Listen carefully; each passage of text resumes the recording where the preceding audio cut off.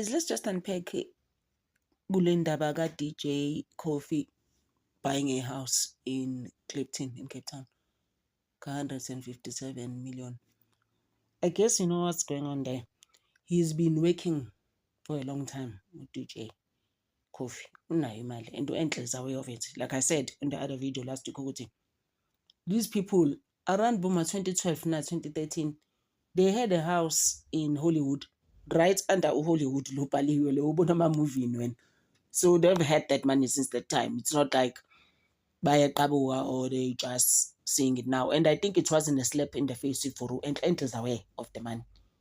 Yeah, she's very much aware of the money, and it wasn't like Lalela, oh, you were trying Uguti and I have more. No, I think it was for us.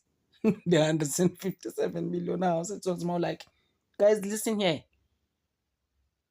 You bonally are supplementing and that's nothing. That's like change for me.